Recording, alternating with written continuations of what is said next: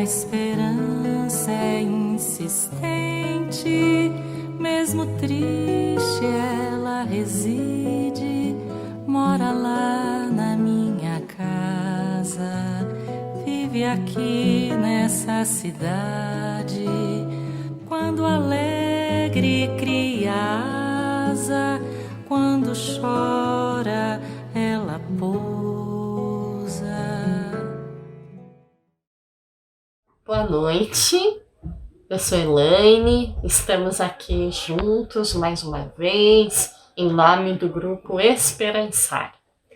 Espero que todos estejam bem, que possam estar em casa, se cuidando, cumprindo as regras de distanciamento social na medida do possível, porque, afinal, estar encarnado significa ter uma grande responsabilidade, e essa responsabilidade envolve cuidar do corpo e do espírito. Então, nesse momento, cuidar do corpo significa respeitar as regras aí que a ciência nos demonstra serem as melhores para a erradicação do vírus. E cuidar do espírito é participar aqui do Evangelho e nos unirmos, nos harmonizarmos, porque afinal nós sabemos que a união dos pensamentos e dos sentimentos, elas não dependem da união dos corpos, não é mesmo?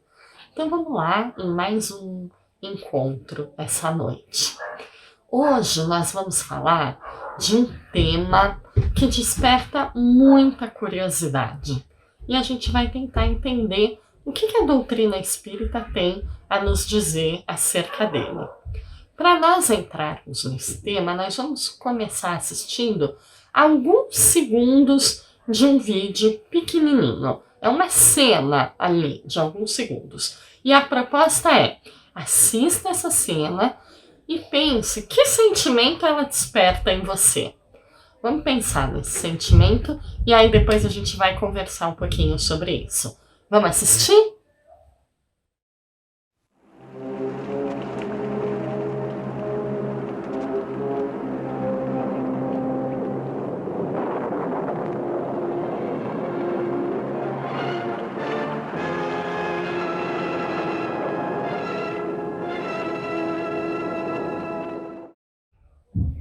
E aí, assistimos, qual foi o seu sentimento? Acho que possivelmente algumas pessoas podem ter sentido curiosidade, outras podem ter ficado com um pouco de medo. Se você fosse convidado a passar uma noite nessa casa que apareceu aí, você iria? Ou, ai não, isso eu não quero, eu tenho medo. Eu acredito que muitos de nós não quisessem, né? Uma casa visivelmente mal assombrada, a gente olha e já vê ali tem.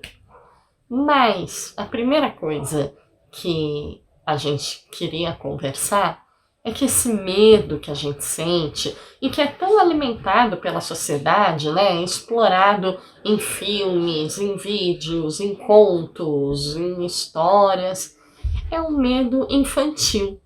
Essa cena mesmo, ela foi tirada de um programa infantil, do Chapolin Colorado, vocês acreditam? Um programa de humor para crianças, né? E aí o programa todo vai se desenvolver. Por quê? Porque esse tipo de cena está muito presente no nosso imaginário e naquela criança que ainda habita em nós. Ué, Elaine, mas então quer dizer que lugar mal assombrado não existe? Mas como é que isso fica com a existência dos espíritos? Como é que as coisas se combinam? O Kardec, no livro dos médiuns, ele tem um tópico que fala especificamente sobre isso, sobre os lugares mal assombrados. E aí o que nós podemos dizer? A primeira coisa é que, obviamente, os espíritos existem. Isso está na base da doutrina espírita. E os espíritos não só existem, como eles convivem conosco. Os espíritos não estão só lá no plano espiritual, não. Eles estão aqui convivendo conosco. Então, eu estou aqui no meu quarto conversando com vocês.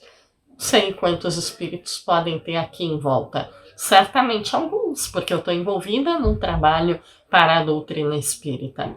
Vocês, nesse momento, cada um na sua casa. É um momento de evangelho. Pode ser que muitos espíritos estejam aí junto para poder beber dessa fonte tão rica que é o evangelho. Mas isso não é motivo para ter medo algum. Por quê? Porque quando o espírito é um bom espírito e ele tem bons propósitos, ele não vai ter a menor intenção de nos assustar. Ele não vai nem manifestar a presença dele, justamente para que isso não nos gere um medo que possa nos desequilibrar. Não, eles sabem se colocar ali, nos orientando, nos intuindo e respeitando os nossos limites. Nós que ainda temos um pouco de medo, porque tem gente que já lida com isso muito bem. Então, os espíritos existem. No caso dos lugares mal assombrados, será que tem espíritos ali? Pode ter, como pode ter em qualquer lugar. Então, não há um lugar que, pelas suas características, atraia mais ou menos um espírito. Dizer que, não, a casa é velha, é abandonada, então os espíritos preferem aquele lugar. Não, eles não preferem.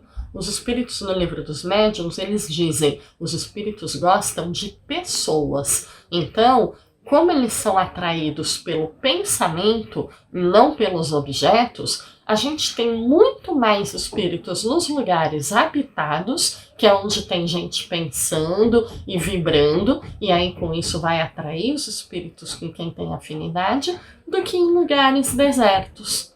E aí a gente pode perguntar, nossa, mas quando eu entro num lugar deserto me dá um arrepio, me dá um medo. Por que isso? Pela nossa imaginação. É igual à noite, o medo do escuro, né? Quantas vezes quem tem filhos já não falou para a criança por que as crianças imaginam o bicho-papão e aquele medo à noite? Porque quando você está no escuro, no silêncio, você diminui os seus estímulos visuais e auditivos. Eu estou no escuro, eu não estou enxergando nada. E é noite, está silêncio, eu também não estou ouvindo nada. Então, qualquer barulho mínimo já me dá um medo. E aí a minha imaginação já me leva para outro lugar. Nossa, eu ouvi, será que é um espírito? A mesma coisa a visão. Tem gente que tem medo de dormir com a porta do armário aberta, né? Nossa, se a porta do armário está aberta, me dá aquele medo. Por quê? Porque eu não estou vendo nada, então aquelas roupas ali dentro, a minha imaginação vai criando coisas que possam estar ali dentro. É só a nossa imaginação. Se a gente consegue controlar, não, houve um barulho, mas olha, isso aqui deve ser um barulho na rua. Eu tô vendo alguma coisa ali dentro, mas aquilo foi um casaco que eu deixei. Se eu consigo controlar, eu vou ver que nada procede. É só acender a luz, estar com outras pessoas por perto, que os mesmos barulhos, as mesmas imagens que tanto nos apavoraram, deixam de nos apavorar. E isso vale para os lugares mal assombrados também. A gente fica com medo porque aquele ambiente velho, como a gente viu aí na cena, né? Escuro, abandonado, ele excita a nossa imaginação, porque nós já temos uma construção social que coloca isso como um lugar mal assombrado. E aí a gente sai imaginando, a imaginação voa e quando na realidade não era nada que precisasse nos apavorar. Então, quando a gente pensa em lugares mal assombrados, a gente também pensa assim, como é que eu expulso espíritos de um determinado lugar? Será que dá certo fazer aquelas coisas de exorcismo? Não dá. Porque os espíritos que deliberadamente nos assustam, esses espíritos que às vezes fazem barulhos inesperados ou movem objetos, que isso pode acontecer se tiver um médium ali presente, esses espíritos, o que eles querem é mesmo nos assustar. E eles se divertem com isso. Não significa que eles sejam maus. Significa que eles são brincalhões, levianos, não necessariamente maus. E aí o exorcismo para eles muitas vezes é uma grande diversão. Eles dão risada do ritual das pessoas porque eles sabem que aquilo tudo não ia adiantar. Então qual é a melhor forma de afastar os espíritos maus de mim é mudando a sintonia. O nosso pensamento, ele vai atrair espíritos. Então, se eu tenho medo, o que eu tenho que pensar é: não adianta. Aquilo que eu sinto, penso e vibro vai atrair companhias. Se a minha frequência estiver meio baixa, eu estiver com pensamentos de medo, de tristeza, de raiva, de impaciência, eu vou atrair espíritos com uma vibração não tão boa assim. E que podem, dependendo de suas características, quererem me fazer sentir medo e me assustar. Agora, se eu estiver pensando, sentindo e vibrando sentimentos de paz, de amor, de harmonia, eu vou atrair os bons espíritos para perto de mim e os maus vão naturalmente se afastar. E aí os bons espíritos certamente não vão me assustar nem me fazer sentir medo. Então, quando você tiver muito medo, achar que estiver numa situação com maus espíritos, faça uma prece, eleve o seu pensamento. Essa é a melhor arma que a gente tem. A nossa sintonia, quem regula, somos nós. E é ela que vai determinar quem serão as nossas companhias espirituais. Vamos melhorar a nossa sintonia sempre, tá bom? E agora a gente continua essa conversa junto com a Deise, direto da cidade de Tubarão, lá em Santa Catarina. Olá, família Esperançar. Então, dando seguimento ao tema abordado no Evangelho, no Grupo Esperançar, vou iniciar com uma história que foi extraída do site Momento Espírita.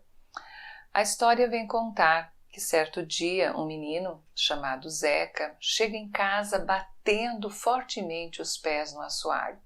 Seu pai, que estava na rua, vai ao encontro do menino para uma conversa.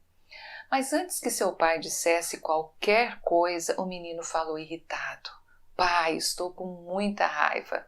O Juca não deveria ter feito aquilo comigo. Eu desejo tudo de ruim para ele." Seu pai, que era um homem simples, mas portador de grande sabedoria, escutou calmamente o filho, que continuou a reclamar: "O Juca me humilhou na frente dos meus amigos. Eu não aceito isso. Gostaria que ele ficasse doente sem poder ir para a escola." O pai escutou calado o desabafo do filho, enquanto caminhou até um abrigo onde guardava um saco cheio de carvão. Ele tomou o saco de carvão e convidou o menino para que acompanhasse até o fundo do quintal. O menino, sem entender nada, acompanhou o pai. Lá, o pai abriu aquele saco e, antes que o menino pudesse dizer alguma coisa, o pai propôs ao filho: "Filho, está vendo aquela camisa branquinha estendida ali no varal para secar? Pois bem, faz de conta que ela é o seu amiguinho Juca, e cada pedaço de carvão é um mau pensamento seu endereçado a ele.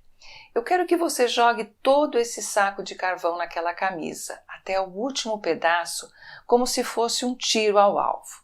Quando terminar, avise-me que eu volto para ver como ficou." O menino achou a brincadeira muito divertida e pôs mãos à obra. Mas o varal com a camisa pendurada estava longe e, por esse motivo, poucos pedaços acertavam o alvo. Após mais ou menos meia hora, o garoto concluiu a tarefa e gritou a seu pai. O pai aproximou-se, devagar olhou para a camisa e perguntou: "Então, filho, como está se sentindo agora?" O filho respondeu: "Estou cansado, mas estou muito feliz porque acertei muitos pedaços de carvão no Juca, quero dizer, na camisa." O pai olhou para o menino, que ainda não estava entendendo a razão daquela brincadeira, e o pai convidou então ele para que fosse até o seu quarto, que ele queria mostrar uma coisa ao filho. Então se dirigiram ao quarto e o pai colocou o menino em frente a um grande espelho, onde o Zeca pôde ver todo o seu corpo. Que susto que o Zeca levou! Naquele momento ele só conseguia enxergar seus dentes e seus olhinhos. Então o pai disse ao filho com muita ternura: "Filho, você viu que a camisa quase não sujou, mas olhe para você. O mal que desejamos aos outros é como o que lhe aconteceu. Por mais que possamos atrapalhar a vida de alguém com nossos maus pensamentos, a borra, o os resíduos, a fuligem, ficam sempre em nós mesmos. E agora, vamos pensar um pouco? É sabido que o pensamento é uma força criadora. Ele é a força criadora. Então, antes de qualquer coisa ser concretizada, todo mundo, ele passou antes pelo pensamento. Houve a concepção, depois a idealização e, por fim, a forma na mente de uma pessoa. O pensamento também, ele é uma energia. E se ele é energia, ele nos conecta a algo. Então, pelo pensamento, nós podemos criar e também nos conectar a outras pessoas. Como o pensamento ele não tem fronteiras, ele vai a todos os lugares, ele vai a todos os planos. E aí? O que nós estamos fazendo com os nossos pensamentos? O que nós estamos criando? Onde tem andado o nosso pensamento? Por onde tem andado o nosso pensamento? E com quem nós estamos nos conectando? Na questão 459 de O Livro dos Espíritos, Kardec faz a seguinte pergunta aos espíritos: influem os espíritos em nossos pensamentos e em nossos atos? E os espíritos respondem: muito mais do que imagineis. Influem a tal ponto que de ordinário são eles que vos dirigem. Vocês já imaginaram sendo dirigidos por alguém, não tendo autonomia, não tendo controle sobre o que pensam e o que fazem? Então nós devemos ter o cuidado de examinar o que temos pensado, o cuidado que devemos ter com os nossos pensamentos e com aquilo que nós estamos alimentando, os nossos pensamentos alimentando dentro de nós. Quando nós estamos nos nutrindo somente com pensamentos infelizes, a nossa mente abre um espaço para que espíritos que estejam nessa mesma linha de pensamento gostem muito da nossa companhia, gostem muito de estar conosco. E assim eles vão passar a alimentar os nossos pensamentos e a se alimentar também dos nossos pensamentos. E dessa forma, eles vão cada vez mais nos incentivando para que a gente não saia desse círculo vicioso de coisas negativas. A história que trouxe no início, ela nos chama a atenção no sentido de que, qual a sensação do menino quando concluiu a tarefa? Ele estava feliz, mas estava exausto, sendo que o alvo não foi totalmente atingido. E é bem assim, não é mesmo? Quando a gente sente que não consegue se desvencilhar de um pensamento negativo. Muitas vezes a gente chega até a perder as forças, a gente se sente exaurido. Mas quando os nossos pensamentos eles são relacionados e direcionados para coisas positivas, é como se a nossa alma fosse invadida, por um bálsamo que venha nos trazer paz e tranquilidade. Aí podemos ver a partir daí a importância da qualidade dos nossos pensamentos para o nosso bem-estar e também para o todo, porque nós estamos todos conectados. É fácil mantermos sempre os nossos pensamentos elevados? Não, Por vezes é muito difícil. Por isso, a urgência de nós educarmos os nossos pensamentos, nos evangelizando. Vigiai e orai, nos orientou Jesus. Mas a decisão é só nossa. Então vigiemos os nossos pensamentos e busquemos, na oração, a força para a gente bem viver. Bons pensamentos a todos, é o que eu desejo. Um prazer ter estado com vocês, muito obrigada. E agora, fiquem com a Ana Lúcia. Tudo é pensamento. Foi desta maneira que nós terminamos o Evangelho da semana passada, que falava dos pensamentos que nós tínhamos como comparando aos cavalos selvagens disparados, ou nós já estávamos educando os nossos pensamentos como cavalos domados.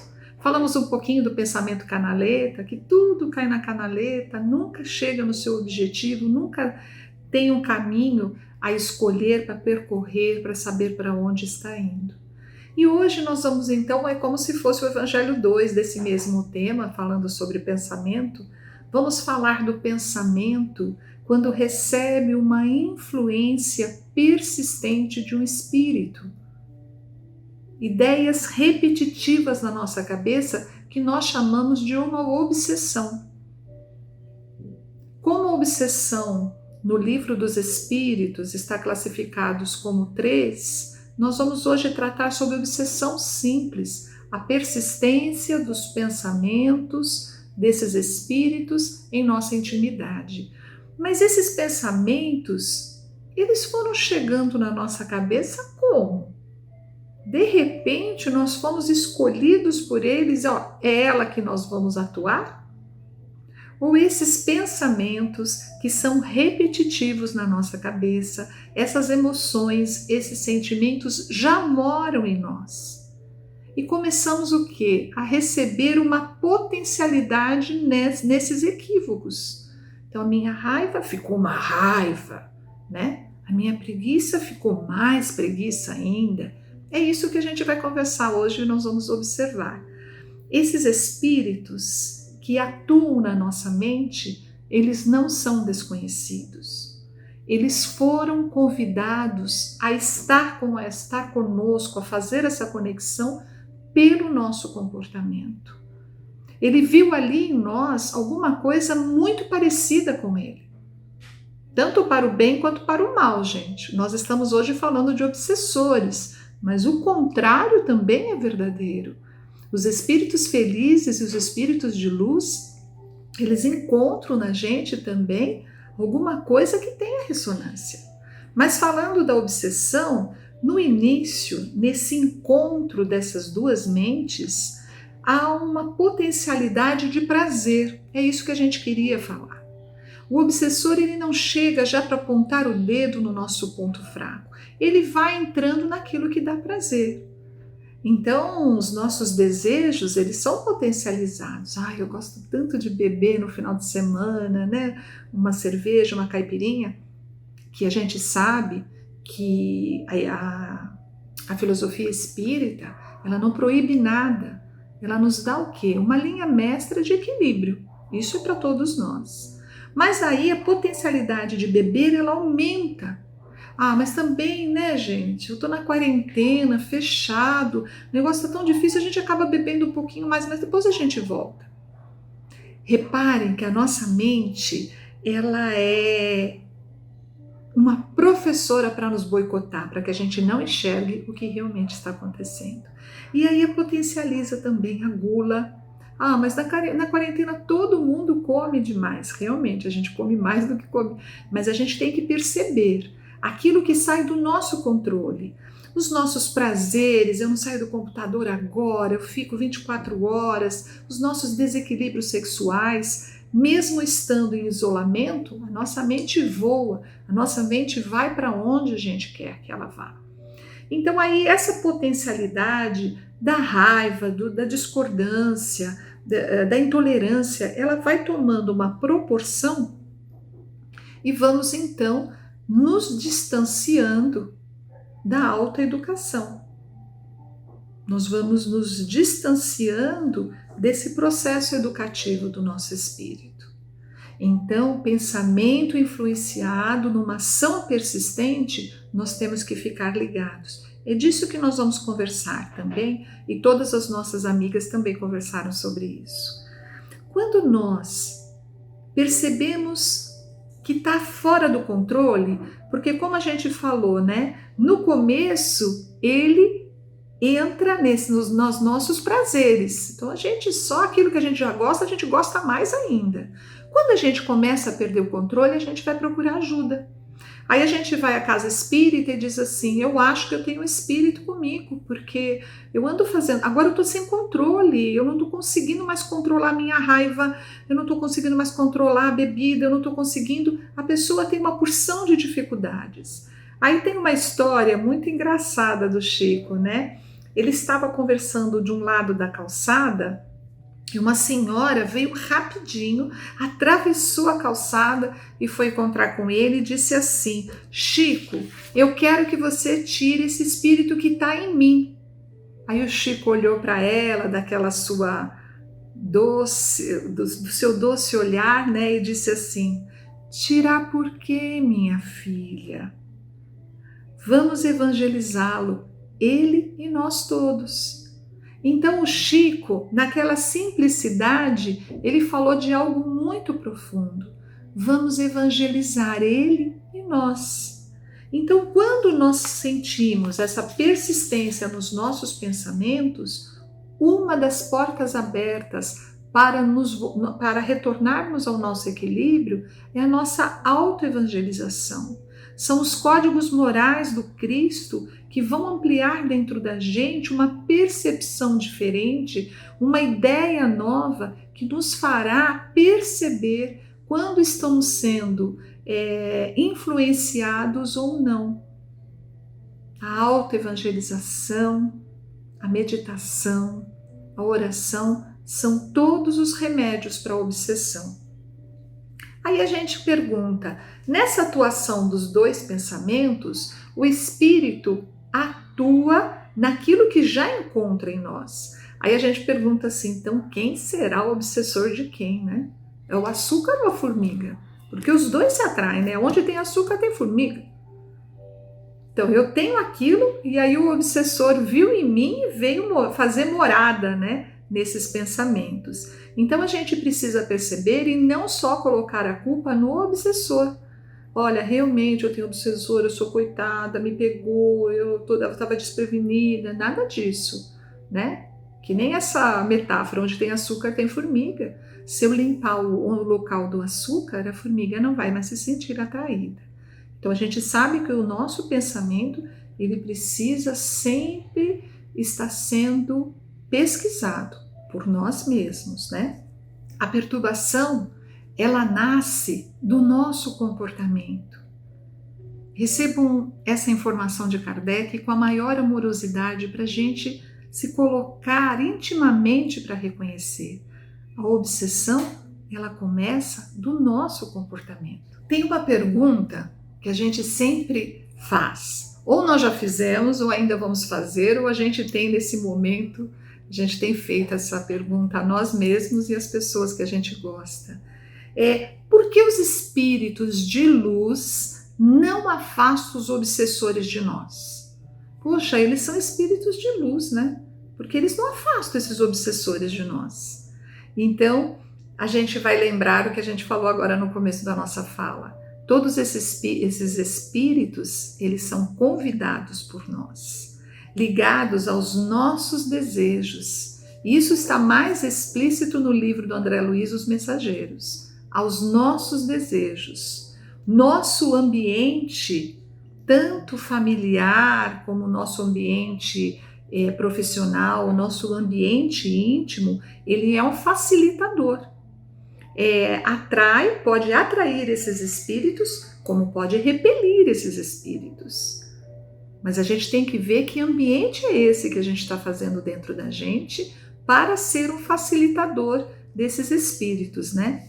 O isolamento físico, a gente às vezes pensa, não, agora que eu estou isolado há quase 70 dias, eu não tenho ido naqueles lugares, eu não tenho ido sair, fazer baderna, né? Eu estou quieto.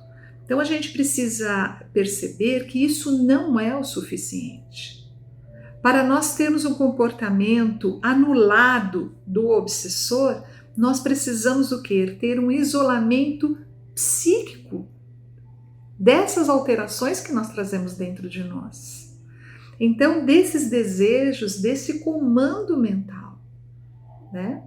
Ai não, eu tô afastada do meu chefe, eu já nem sinto tanta raiva dele, mas quando eu volto a trabalhar, minha raiva tá lá. A raiva tá lá. Eu posso trabalhar nesse período de isolamento porque esse sentimento grita mais alto do que qualquer outra coisa que eu poderia estar plantando dentro de mim, né? Mas a raiva está lá. Meus pensamentos, eles podem estar na minha vida quando voltar ao normal, se é que nós vamos voltar ao normal, né? Ai, não vejo a hora daí naquele baile, de fazer aquelas coisas, de comprar, de beber. O meu pensamento violento, o meu pensamento equivocado, ele pode estar dentro de casa, fechado no isolamento, e o meu pensamento se forma, né? Então isso é importante a gente perceber. Que não adianta só, estou isolado, não estou naquele ambiente. Claro, existem alguns ambientes facilitadores para a gente estar mais próximo a esses espíritos, né? Mas o nosso pensamento também pode ser uma baderna tão grande que a gente convida, abre a porta para tudo e todos entrarem. Preciso, então, diferenciar os meus pensamentos. Eu preciso fazer um processo de autoconhecimento. Enquanto eu não tiver esse autoconhecimento amadurecido em mim, eu não sei diferenciar pensamento. Eu preciso conhecer o quê? Os meus hábitos. Quais são os meus hábitos? Eu preciso conhecer as minhas tendências. Isso é meu, não, isso não, eu nunca pensei desse jeito. Eu preciso saber quais são essas minhas tendências, meus anseios, o que eu gosto, o que eu não gosto. Às vezes chega no centro procurando ajuda e fala assim, eu comecei a fazer coisa que eu não gosto, eu não sei porquê, mas é porque precisa reconhecer-se, precisa reconhecer esses pensamentos que estão vivendo em você, aquilo que é seu e aquilo que não é.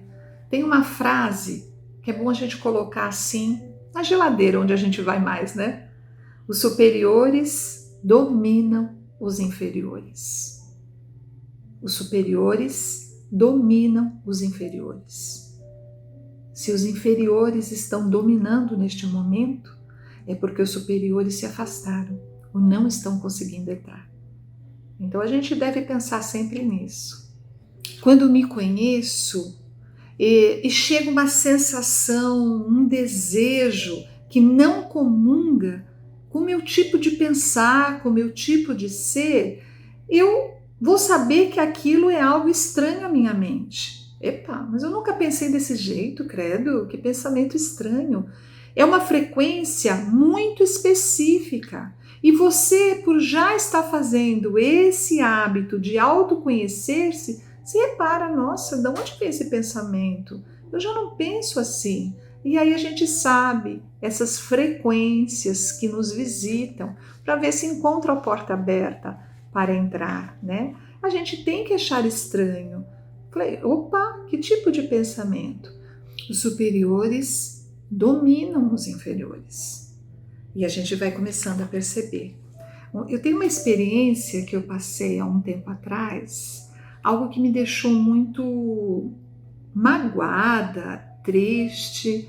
Eu achei tão interessante, né? Porque a primeira coisa, quando você se sente magoada, você quer trocar isso com alguém, falar. Os espíritos na hora vieram falar assim, não comente com ninguém. E aí a gente tem que saber, né? Se eu quero seguir esses recados da espiritualidade ou se eu quero fazer o que eu quiser da minha cabeça. Não comente com ninguém. E foi o que eu fiz, né? Não era para comentar e aquilo lá, puxa, não vou poder contar para ninguém. Claro que me senti a última das pessoas, tudo aquilo que todo mundo sente. Com o tempo, a resposta, a lição veio ao meu encontro. Porque todas as vezes que eu pudesse abrir uma conversa com uma pessoa, com um atendimento fraterno ou qualquer coisa relacionado a isso que eu estava sentindo, eu ia potencializando essa minha mágoa. Eles foram tão sábios no recado, e na verdade não foi um recado, foi um mandato ali, não comente com ninguém. E siga o caminho do trabalho. Então eu tinha que fazer outras coisas. Eu entendi aquele recado, mas eu poderia também ter colocado todo o meu personalismo em cima dessa minha dor. Ah, mas eu quero contar para todo mundo, eu quero que todo mundo veja que eu estou sofrendo, né? Então você, nesse momento, você faz a escolha, né? E as coisas vão se diluindo. Não pense que diluiu no dia seguinte, vão se diluindo. Por quê? Eu não estou dando atenção mais sobre aquela mágoa, aquilo vai ter que passar, né? Então, mas se o espírito ele atua no meu plano de desejo e eu não diferencio os pensamentos, e aí eles fazem o que eles querem. Se nunca eu sei o que é meu, o que não é, eles vão fazer o que eles quiserem. Se eu tenho o hábito de guardar a mágoa das pessoas, o hábito de desejar o mal pelas pessoas, o espírito se aproxima de mim e estimula aquilo que eu já gosto, mas eu não identifico em mim. Então a minha mágoa fica muito maior, né? Meu desprezo por uma outra pessoa fica muito maior. Obsessão é comportamento. E aí como é que a gente sai disso, Ana Lúcia? Pelos ensinamentos de Allan Kardec, pelos direcionamentos do Evangelho de Jesus, a gente vê que a oração, o nosso autoconhecimento, a meditação, os estudos é que nos libertam dessas correntes que acabam nos algemando. A oração tem um poder excepcional. Para o quê? Para nos educar e educar esses pensamentos que estão conosco. Aproveitar o tempo para fortalecer a nossa espiritualidade. A prece, a conexão com Deus é capaz de melhorar até o nosso sistema de imunidade. Nós nos equilibramos mais, fortalecemos a nossa mente. Então a gente começa a entender que tudo isso, gente, é pensamento. Como Joana de Ângeles falou, tudo é pensamento. E nós podemos escolher, através do autoconhecimento, quem nós queremos que se aproxime de nós. E uma última questão, uma outra pergunta que a gente também faz, né? Todo desequilíbrio, então, é obsessão? Não. Nós temos os desequilíbrios emocionais nossos. Das coisas, da maneira que eu faço as coisas, que eu penso, aquilo que é meu mesmo, da intimidade do meu espírito. E eu trago o quê? Desequilíbrios emocionais. Às vezes eu sofro de antecipação, sofro de ansiedade, são coisas minhas. Mas o que pode acontecer? Que esses espíritos venham potencializar esse ponto fraco meu, que são já os meus desequilíbrios emocionais. Eles podem potencializar para que isso perca o controle de tudo. Mas aonde eu vou descobrir tudo isso que está sendo falado no Evangelho? Através do Livro dos Médiuns, no capítulo de obsessão, e no Livro dos Espíritos. Eu preciso estudar e tirar o caminho que eu quero seguir. Eu quero daqui para frente ultrapassar esses bloqueios que eu não consigo, há tanto tempo eu estou parado do lado de cá. Eu preciso continuar essa caminhada, né? Essas às vezes são essa potencialidade nos nossos desequilíbrios emocionais são chamadas as doenças fantasmas. A gente faz exame de sangue, faz todos os exames, não tem nada, mas eu continuo sentindo aquelas presenças e aquelas atuações em mim. Então, estamos chegando no final do nosso Evangelho e a gente queria comentar uma história do Chico que não deixa de ser para a gente um direcionamento para as nossas histórias. Chegou uma pessoa num processo obsessivo muito severo para o Chico e essa pessoa coloca toda a sua... chamava até de loucura. E o Chico amorosamente disse assim: gostaria que você viesse comigo aos sábados na campanha Alto de Souza. É uma campanha que nós vamos bater na porta das pessoas e vamos pedir açúcar, arroz, macarrão, feijão para fazer as cestas básicas para as pessoas que estão precisando muito. Aí ela disse, naquela perturbação dela, só isso? Só. E lá ela foi no comando do Chico, né? Acompanhando ele nesses processos de Campanha Alta de Souza, e também ali acontecia o quê? Um processo de cura que nós não sabíamos. Depois do depoimento do Chico que a gente começou a perceber, a nossa cura, ela tem muitos remédios espalhados pela terra. E aí nós fomos perguntar, né? Perguntaram para o Chico, como a pessoa em desequilíbrio vai fazer um trabalho, vai chegar na porta do outro? Primeiro, ela estava acompanhada. Segundo, nós confiamos na equipe espiritual que trabalha. Terceiro, ela estava iniciando um processo de cura para ajudar o outro. Olha quantos caminhos nós temos para fazer. Naquele primeiro dia, ela trabalhou naquele em cima do caminhão, recolhendo os mantimentos, muitos quilos de arroz, muitos quilos de feijão. E aquele processo diferente, que ela não fazia isso há muitos anos, fez o quê? Cortar por algumas horas a conexão do pensamento. E nessas horas que a conexão do obsessor era interrompido pela proteção da equipe espiritual, os espíritos atuavam. E aí a gente termina aqui. Existe um remédio esperando por nós. Em tempo de pandemia, de isolamento, nós temos famílias que às vezes se alimentam com um chazinho e um pãozinho por dia. Nós temos remédio para o nosso equilíbrio. Então que a gente possa nunca dizer não quando alguém bate na... Você pode nos ajudar? A gente está fazendo isso, fazendo aquilo? Claro que eu posso. Se coloque sempre à disposição da ajuda.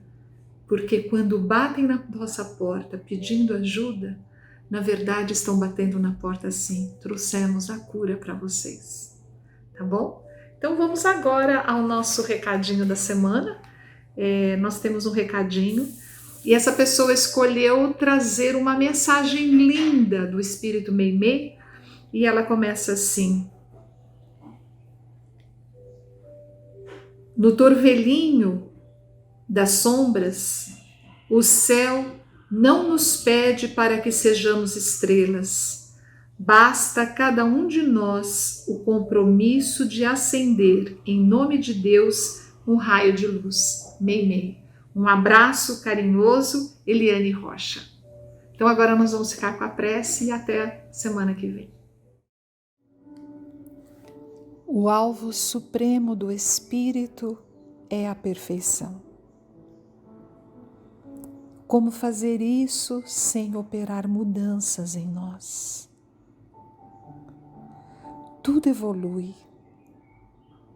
O universo está em constante mudanças. Nossos corpos mudam as células, caem cabelos, a nossa pele vai mudando, todo o nosso plano biológico muda, o nosso plano psicológico também. Éramos assim e nos tornamos diferentes. Vamos amadurecendo.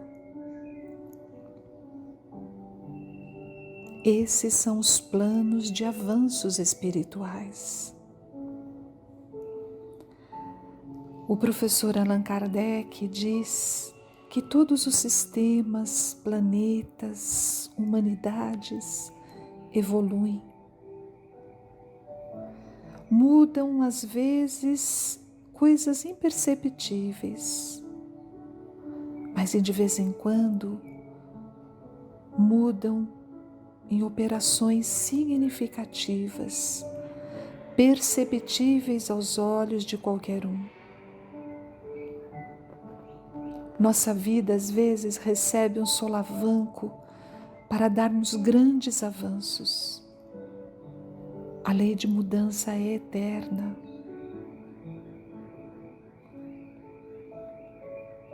Se somos o que somos e seremos aquilo que desejamos ser um dia, é porque mudanças, transformações, mutações dentro de nós já existe.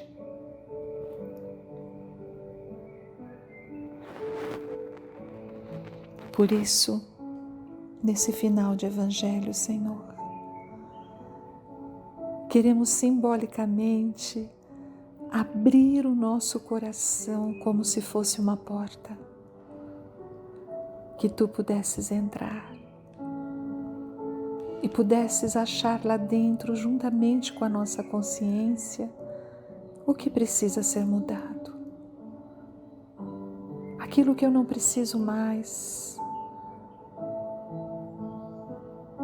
para que eu tenha espaço dentro do meu coração para receber esses novos influxos das mudanças que vêm,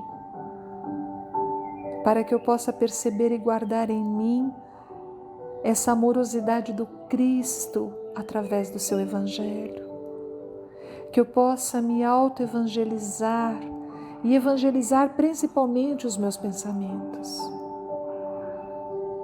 Estamos chegando num novo tempo, Senhor, mas queremos dar esse passo conscientes de que tudo aquilo que vivemos, mesmo que foram coisas equivocadas, possamos agora ter consciência para não errarmos novamente. Obrigada por esses evangelhos, por esses encontros. Obrigada por esta família Esperançar, que atua como irmãos na nossa história. Que possamos ter a certeza de que tudo que estamos vivendo é para grandes mudanças do nosso espírito. Obrigada por esta noite e sabemos, Senhor, que Tu és o nosso pastor e nada nos faltará. Que assim seja. Graças a Deus. Graças ao Senhor Jesus.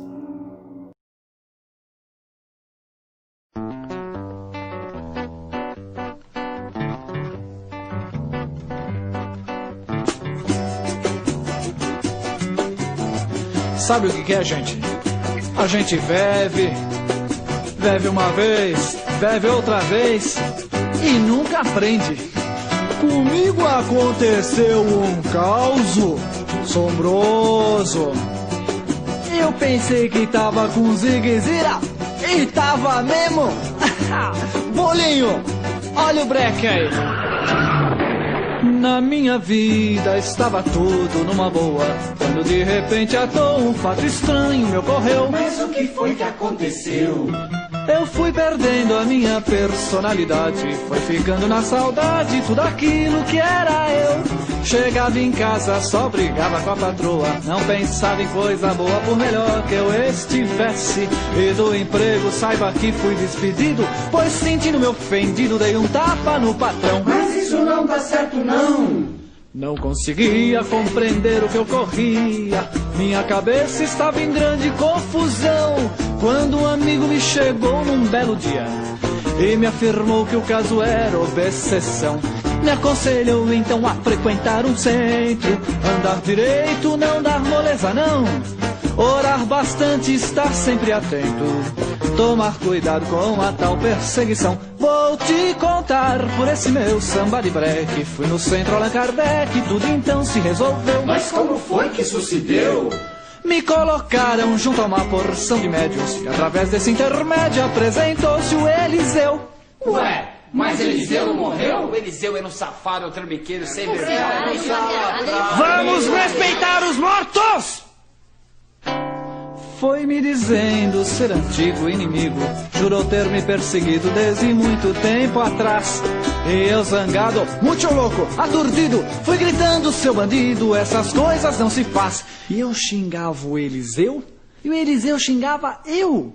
E eu xingava o Eliseu xingava eu. Eu xingava, né, bem? Xingava de nome feio, xingava de palavrão, de bobagem e de tudo isso que vocês estão pensando.